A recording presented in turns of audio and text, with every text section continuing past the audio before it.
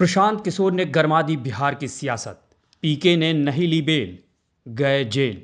पीके को थप्पड़ मारने की गूंज से हिला बिहार।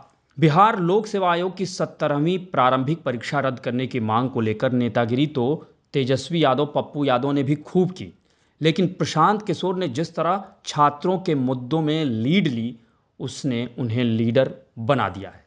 इस समय हर तरफ प्रशांत किशोर की ही चर्चा हो रही है और जिस नीतीश कुमार की पार्टी की उंगली पकड़कर उन्होंने राजनीति शुरू की थी, उसी नीतीश सरकार की पुलिस प्रशासन ने उनकी राजनीति और नेतागिरी को जैसे चमका दिया है। और अब इसमें कोई दो राय नहीं कि पीके का ये कदम बिहार की राजनीति में उन्हें मजबूत दावेदार बना सकता है। दरअसल छात्रों के आंदोलन में जिस तरह से पीके ने सक्रियता और मजबूती दिखाई और गांधी मैदान में गांधी मूर्ति के निकट अनशन पर डटे रहे, उससे उन्होंने खुद को सुर्खियों में बनाए रखा है। हालांकि बीच में जैसा कि आपने देखा होगा कि छात्रों के इस आंदोलन में उन पर कहीं ना कहीं बदतमीजी करने के भी आरोप लगे, लेकिन इससे उन्होंने किनारा किया और साफ तौर पर वो छात्रों के साथ डटे रहे। पुलिस द्वारा उनकी गिरफ्तारी और फिर एक पुलिसकर्मी द्वारा उनको थप्पड़ मारने की खबर ने उन्हें और चर्चा में ला दिया। जैसा कि प्रशांत किशोर को कोर्ट में सशर्त जमानत देने की बात कही गई, तो उन्होंने कंडीशनल बेल लेने से पूरी तरह से इनकार कर दिया और जेल में ही रहने का फैसला किया है। यही नहीं, प्रशांत किशोर ने एक बिल्कुल परिपक्व राजनेता की तरह कहा कि वो जेल में भी उनका अनशन जारी रहेगा।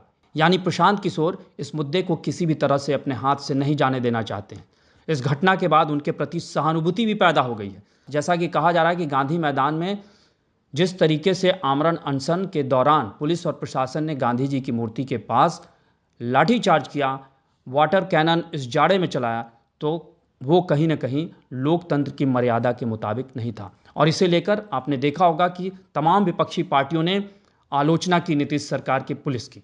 तो यानी कुल मिलाकर अगर देखा जाए तो प्रशांत किशोर के इस कदम को लेकर पप्पू यादव हों या तेजस्वी यादव हों, उन पर निशाना साध रहे हैं कि उन्होंने छात्रों के आंदोलन को हाईजैक कर लिया हो। लेकिन फिलहाल वो छात्रों के साथ डटे हैं और जैसा कि सभी जानते हैं कि छात्र आंदोलनों ने कितने बड़े बड़े नेता पैदा किए हैं। नीतीश कुमार, लालू यादव, ये छात्र आंदोलन की उपज थे।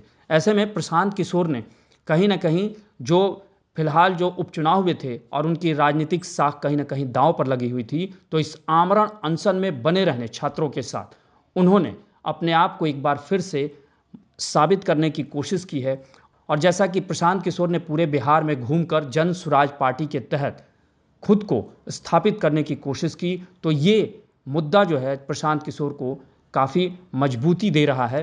और यही वजह है कि प्रशांत किशोर इस मुद्दे को छोड़ना नहीं चाहते, क्योंकि वो जानते हैं कि 2025 में बिहार का चुनाव होने वाला है। नीतीश कुमार कमज़ोर हो चुके हैं, बीजेपी और जदयू में एक तरह से प्रतिद्वंदिता है, भले ही वो दोनों सरकार चला रहे हैं। और दूसरी तरफ तेजस्वी यादव आरजेडी से अपनी अलग तरह की राजनीति कर रहे हैं और प्रशांत किशोर कहीं ना कहीं युवा हैं और वो एक नई तरह की राजनीति दिशा की बात कर रहे हैं और ये छात्र आंदोलन शायद उन्हें दिशा दे रहा हो।